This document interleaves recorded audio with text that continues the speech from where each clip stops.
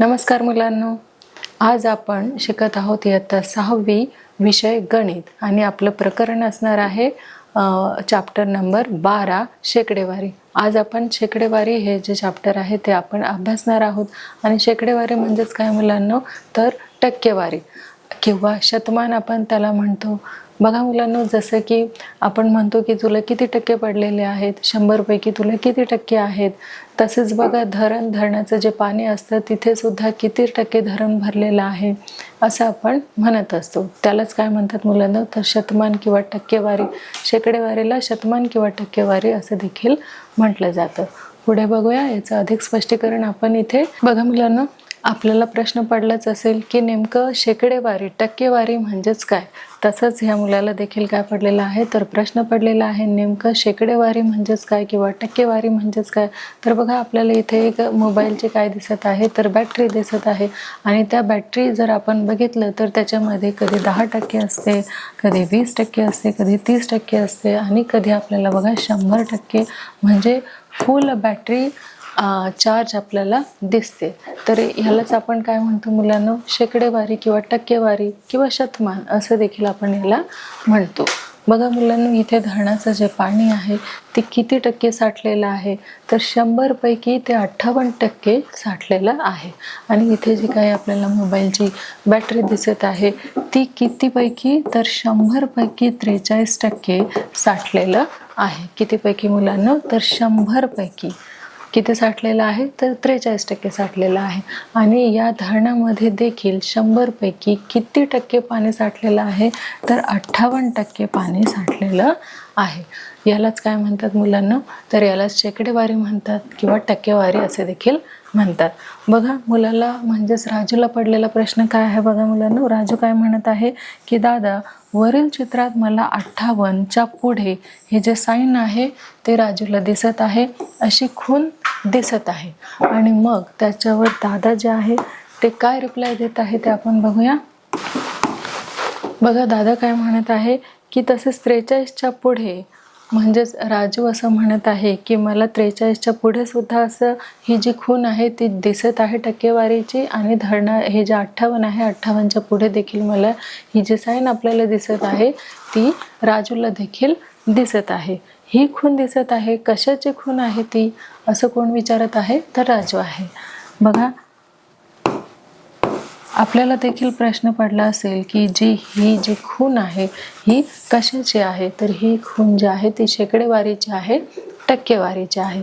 बघा दादा कसा समजत आहे। दादा, ही जी खून शेकडेवारीची आहे। आता जो दादा आहे तो काय म्हणत आहे की ही जी खून इथे आपल्याला दिसत आहे ती कशाची आहे, तर ती शेकडेवारीची आहे किंवा टक्केवारीची आहे।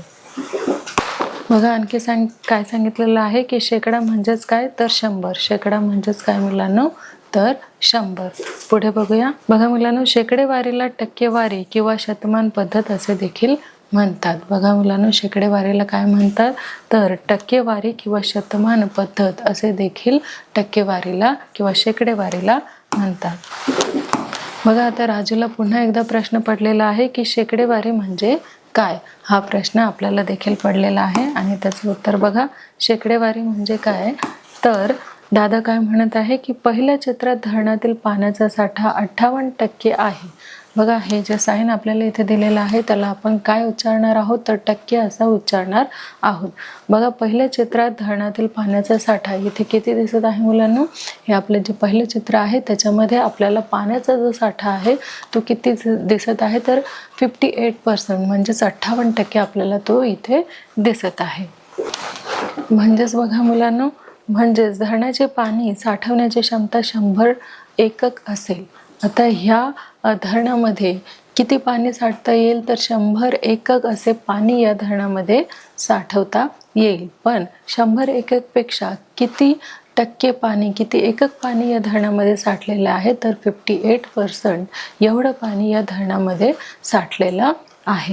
तर तसे 58 एकके पाणी सध्या धरणात आहे.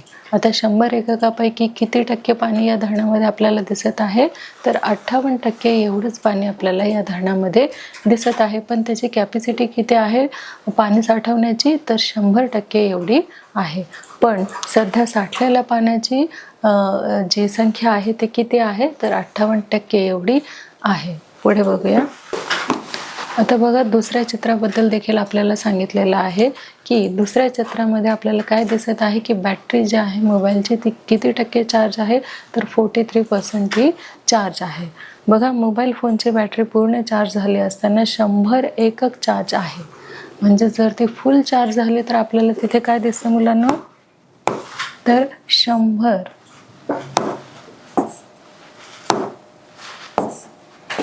100% असं आपल्याला ह्या बॅटरीमध्ये दिसेल जेव्हा ती पूर्ण चार्ज झालेली असेल.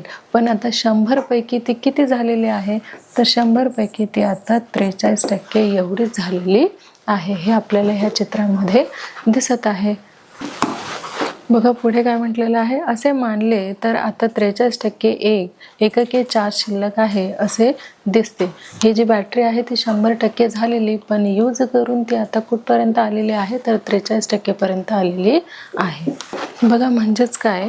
तर शेकडा म्हणजेच एकूण भाग 100 आहेत असे मानून केलेली तुलना होय. शेकडा म्हणजेच काय मुलांना? तर शेकडा म्हणजेच पूर्ण जी संख्या आहे ती 100 अशी मानलेली आहे. मग त्यापैकी किती? जसे की आपल्याला पर्सेंटेज पडतात की 100 पैकी कुणाला 96 पडतात, कुणाला 91 पडतात, कुणाला 86 पडतात. तर हे जे 100 आहेत हे आपण काय मानलेले आहेत की 100ची तुलना आपण इथे केलेली आहे आणि त्यापैकी आपण काय केलेलं आहे की मार्क्स दिलेले आहे किंवा प्रमाण ठरवलेलं आहे. बघा, आता इथे काय आहे की राजू काय म्हणत आहे? धरणात जर 50% पाणी भरलेले असेल तर धरण अर्धे भरले आहे. बघा, 100 पैकी किती टक्के पाणी भरलेले आहे? तर 50%. मग 100 म्हणजे पूर्ण धरण भरलेलं आहे. पूर्ण धरण 1% भरलेलं आहे आणि 50 म्हणजेच काय मुलांना? तर अर्धा धरण हा भरलेला आहे. बघा कसा? बघा, 100 पैकी पाणी किती भरलेलं आहे? तर 50%.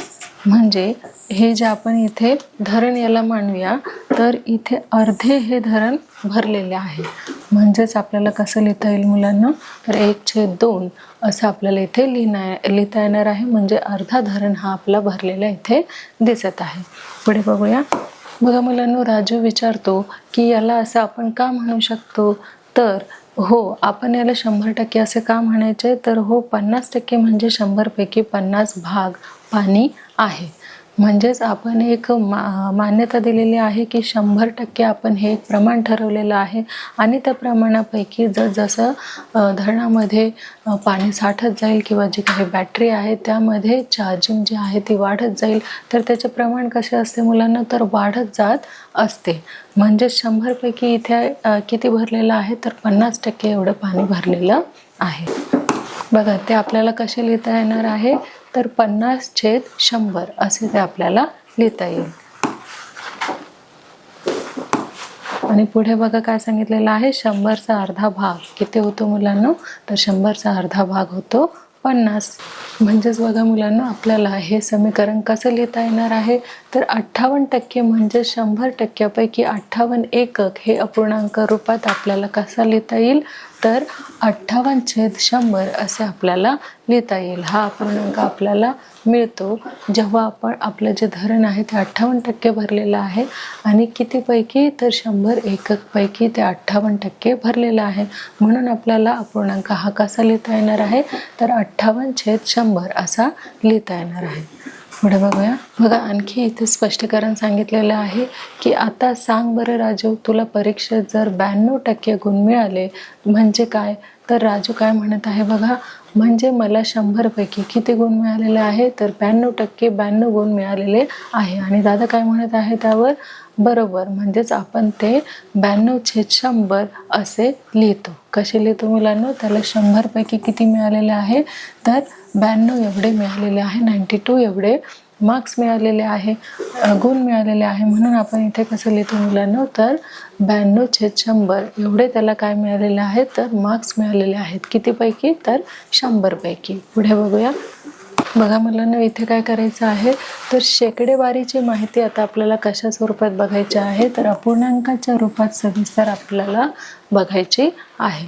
बघा, 50% म्हणजे 100 पैकी 50 भाग. किती मुलांना, की 50% म्हणजे काय, की 100चा कितवा भाग. तर आपल्याला तो कसा लिहिता येईल, 50/100 असा. बरोबर किती लिहिता येईल मुलांना, मग अशा आपण लिहून दाखवलेल्याप्रमाणे, की अर्धा भाग. आणि अर्धा हा कसा लिहितात, तर 1/2 असा भाग तो लिहितात. नंतर बघा 25%. 25% म्हणजेच काय मुलांना, तर बघा इथे आपण लिहून दाखवलेलं आहे की अर्धा भाग हा कशाने भरलेला आहे, तर पाण्याने भरलेला आहे. आणि अर्धा जो आहे तो खाली आहे, म्हणून इथे काय येईल मुलांना, तर 1/2 असे येईल. नंतर बघा इथे काय सांगितलेलं आहे, 25% म्हणजे एकूण 100 पैकी 25 भाग. म्हणजेच बघा काय येईल मुलांना, समजा ही एक भाकर आहे आणि हिचे किती तुकडे करायचे आहे आपल्याला, तर 4 तुकडे करायचे आहे. म्हणजेच आपल्याला कसा लिहिता येईल, की 2/4 असे इथे आपल्याला अपूर्णांक लिहिता येईल. म्हणजेच बघा 25/100 बरोबर 1/4 हा भाग आपल्याला इथे मिळत आहे, हा अपूर्णांक आपल्याला इथे मिळत आहे. नंतर बघा मुलांना, 75% म्हणजे 100 पैकी 75चा भाग. म्हणजेच कसं लिहिता येणार आहे तो बघा आपल्याला, की समजा आपण एक असं वर्तुळ काढलं आणि त्या वर्तुळाचे आपण किती भाग केले मुलांना, तर 25% आपण इथे काय केलेलं आहे, तर भाग केलेले आहे. आणि यापैकी आपल्याला किती भाग रंगवायचे आहेत, तर 3 भाग आता आपण इथे रंगवून घेतलेले आहेत. मग एक भाग हा उरलेला आहे, पण भाग किती रंगवलेले आहेत, 3. म्हणून आपल्याला इथे किती पैकी रंगवलेले आहेत, तर 4 भागापैकी रंगवलेले आहेत. म्हणून 3/4 असा भाग आपल्याला इथे लिहिता येणार आहे. बघा 25/100 बरोबर 3/4 हा काय झाला, भाग झाला. नंतर बघा 100% म्हणजेच एकूण 100 पैकी 100 भाग. म्हणजेच कसा असणार आहे मुलांना, तर पूर्ण. हा काय झाला मुलांना, तर पूर्ण भाकर आपल्याला खायला मिळाली. म्हणजेच किती मुलांना, तर 1. बघा 100/100 बरोबर किती, 1 भाग. म्हणजेच पूर्ण भाग जो आहे तो आपल्याला मिळालेला आहे. जसं इथे आपल्याला दिसत आहे की अर्धा भाग मिळालेला आहे. इथे बघतो की 4 तुकडे झालेले आहे आणि इथे 4चे 3 तुकडे आपण घेतलेले आहेत आणि इथे पूर्ण भाग आपल्याला मिळत आहे. तर अशा प्रकारे आपण काय करू शकतो मुलांना, अपूर्णांकाचे रूपामध्ये शेकडेवारी आपल्याला काय करता येऊ शकते, तर मांडता येऊ शकते. पुढे बघूया. बघा मुलांना, आपण इथे काय बघणार आहोत, तर अपूर्णांकाच्या रूपातील माहिती शेकडेवारीमध्ये आपण इथे बघणार आहोत. जसं आपण बघितलेलं की 75/100 याचा जो अपूर्णांक आहे तो आपल्याला काय आलेला, तर 3/4 हा आलेला. म्हणजे चौथ्याचा तिसरा जो भाग आहे तो आपण काय केलेला, की तो आपण रंगवलेला. तर 3/4 हे जे आहे ते 75/100 याचा अपूर्णांक आपण काढलेला होता. तर बघा मुलांना, इथे आपण काय लिहिणार आहोत, 3 × 25 म्हणजेच किती मुलांना, 25×3=75 आणि 25×4=100. एकूणाचा जो 3/4 भाग आपल्याला मिळालेला आहे. म्हणजेच काय करता येणार आहे, की 25/100 म्हणजेच 75% एवढे आपल्याला इथे काढता येणार आहे. नंतर बघा, आपण हा देखील अपूर्णांक काढलेला कुठला मुलांना, तर 2/5 बरोबर किती मुलांना, तर 2 × 20 म्हणजेच 20 किती, तर 40 आणि 5 × 20 20 किती मुलांना, तर 100. हे आहेत आपले इथे 100. एकूणाचा म्हणजे हा जो 2/5चा जो भाग आहे तो काय असणार आहे मुलांना, तर 40/100 म्हणजेच 40% हा असणार आहे. नंतर बघा, हे 100 करण्यासाठी सममूल्य अपूर्णांकाचा उपयोग होतो. जर आपल्याला छेद समान करायचा असेल तर सममूल्य अपूर्णांकाचा काय करावं लागेल, आपल्याला इथे वापर करावा लागेल. बघा तर मुलांना, आपल्याला इथे एक उदाहरण दिलेलं आहे आणि ते उदाहरण आपण इथे सोडवणार आहोत. हे आहे शेकडेवारीचं उदाहरण. बघा मुलांना, गेल्या वर्षी गिरीप्रेमी गट ज्याला आपण काय म्हणणार आहोत, तर ए गट असे मांडणार आहोत. कुठला? गिरीप्रेमी जो गट आहे त्याने कार्यक्रमात 75% झाडे लावली. किती टक्के झाडे लावलेली? तर 75% झाडे लावलेली. आणि त्यापैकी 48 झाडे आहेत ती झाडांचे संवर्धन उत्तम रीतीने झाले. त्यांनी लावलेले झाडे किती मुलांना? तर 75. पण जगले किती त्याच्यामधले? तर 48. आणि मग जो बी ग्रुप आहे, बी ग्रुप कुठला मुलांना? तर कर्मवीर. कर्मवीर हा आपण बी ग्रुप मानूया. तर 50 झाडे त्यांनी लावली होती, पण 35 झाडांचेच काय झालेले आहे? तर संवर्धन झालेले आहे. 50 झाडे त्यांनी लावली आणि 35 झाडांचेच त्यांचे काय झालेले आहे? तर संवर्धन झालेले आहे. म्हणून आपण इथे मांडूया आधी काय करूया? तर A/100 गुणिले 100. बरोबर. आता आपण काय करणार आहोत? तर जो ए ग्रुप आहे त्याचे आपण समीकरण इथे लिहून घेणार आहोत. बघा 75 झाडे त्यांनी लावलेली आहे, ही 75. त्यापैकी संवर्धन कितीचे झाले? तर 48चे संवर्धन झाले. गुणिले किती मुलांना? तर 100. आणि याचं उत्तर किती आलेलं आहे? तर 64 हे आलेलं आहे. म्हणजे ए बरोबर किती मुलांना? तर ए बरोबर 64. तसेच बघा बीचे जे झाड आहे त्यांनी किती लावलेले आहेत बघूया. तर बी बरोबर 100 गुणिले 100. आणि त्यांनी जी झाडे आहेत ती किती लावलेली आहे? तर 50 झाडे लावलेली आहे. किती मुलांना?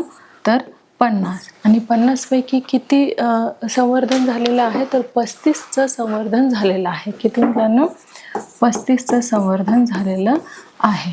तर आता बघा 50 एका 50, 50 जुने 100 आणि 35 जुने किती मुलांना? तर 70. म्हणजेच बीचे झाडं हे किती आहेत? तर 70 आणि एचे किती आहे? 64. म्हणजे जास्त संवर्धन कुणाचं झालेलं आहे? तर बीचं झालेलं आहे. बघा मुलांनी, दोन्ही गटांनी सुरुवातीला लावलेल्या झाडांची संख्या वेगवेगळी आहे. त्यांनी सारख्या प्रमाणात झाडे लावलेले आहे का? एकाच संख्येने झाडे लावलेले आहे का? तर नाही. त्यांनी वेगवेगळ्या प्रकारचे काय लावलेले आहेत? झाडे पण लावलेले आहेत आणि संख्या जी आहे ती वेगवेगळ्या प्रकारची आहे. नंतर बघा त्यामुळे या लावलेल्या झाडांचं संवर्धन झालेल्या झाडांचा तुलनात्मक विचार करायला हवा. आता आपल्याला याला काय करायचे आहे? तर त्याचा तुलनात्मक विचार करायचा आहे. ही तुलना करण्यासाठी संवर्धन झालेल्या झाडांची आपल्याला काय करावी लागणार आहे? तर शेकडेवारी काढणे उपयोगी आपल्याला इथे ठरणार आहे. बघा ते आपण शेकडेवारी कशी काढलेली आहे? त्यासाठी बघा संवर्धन झालेल्या झाडांच्या लावलेल्या झाडांशी काय करायचं आहे? तर गुणोत्तर आपल्याला इथे करून घ्यायचं आहे. मुलांनो, जो पहिला गट आहे तो कुठला आहे? तर गिरीप्रेमी हा जो आहे त्या गटाला आपण काय मानलेलं आहे? बघा गिरीप्रेमी गटाने लावलेल्या झाडांपैकी चांगले संवर्धन झाडे जे आहेत ते आपण काय मानणार आहोत? तर ए मानू. ए इथे आपण मानणार आहोत. नंतर जो दुसरा गट आहे त्या गटाचे नाव काय आहे? तर कर्मवीर गटाने लावलेल्या झाडांपैकी चांगले संवर्धन झालेले जे झाडं आहेत ते आपण काय मानणार आहोत? तर बी असे मानणार आहोत. नंतर बघा गिरीप्रेमी गटासाठी संवर्धन झालेली झाडे व लावलेली झाडे यांचे गुणोत्तर आपण किती लिहिले होते? तर A/100 असे लिहिले होते.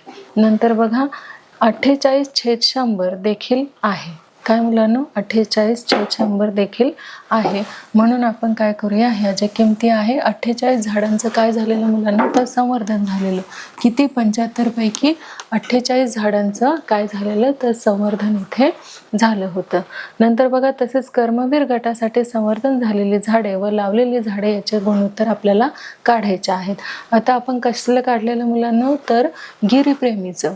आणि आता आपण काय करणार आहोत? तर कर्मवीर गटाने जे काही झाडं लावलेले आहेत ते झाडांचे किती संवर्धन झाले ते आपण इथे बघणार आहोत. बघा मुलांनो, इथे आपण काय मानलेलं आहे की गिरीप्रेमीला आपण ए असं मानलेलं आहे आणि जो काही कर्मवीर आहे त्याला बी असे आपण मानलेलं आहे. तर बघा मुलांनो, A/100 बरोबर 48 जे संवर्धन झालेले आहे ते झाडं आपण इथे लिहिलेलं आहे. किती पैकी? तर 48 पैकी किती झाडांचं संवर्धन झालेलं आहे? तर 48 झाडांचं संवर्धन झालेलं आहे. त्यानंतर बघा A/100 गुणिले 100 बरोबर त्याच किमती आपण काय केलेल्या आहेत इथे मांडलेले आहेत 48/75 गुणिले 100. यांचा गुणाकार जो आहे तो किती आलेला आहे मुलांना, तर 64 हा आलेला आहे. नंतर बघा बीचं देखील आपण काय केलेले आहेत, किमती टाकलेल्या आहेत. बी बरोबर 100, b/100 बरोबर 35/50. म्हणजेच बी गटाने काय केलेलं आहे, तर 50 झाडं लावलेले आहे, पण त्यापैकी 35 जे आहे ते काय झालेलं आहे, त्याचं संवर्धन झालेलं आहे. नंतर बघा b/100 गुणिले 100 बरोबर ह्या आपण किमती टाकून घेतलेल्या आहेत. बघा 50 एके 50 आणि 50 दुने 100 आणि 35 दुने किती मुलांना, तर 70. बी बरोबर किती मिळालेलं आहे आपल्याला, 70 मिळालेलं आहे. म्हणजे झाडांचे संवर्धन करण्यात कर्मवीर गट कसा आहे, तर जास्त यशस्वी झालेला आहे. कुठला गट मुलांना, तर बी गट हा जो आहे तो जास्त काय झालेला आहे, तर यशस्वी झालेला आहे.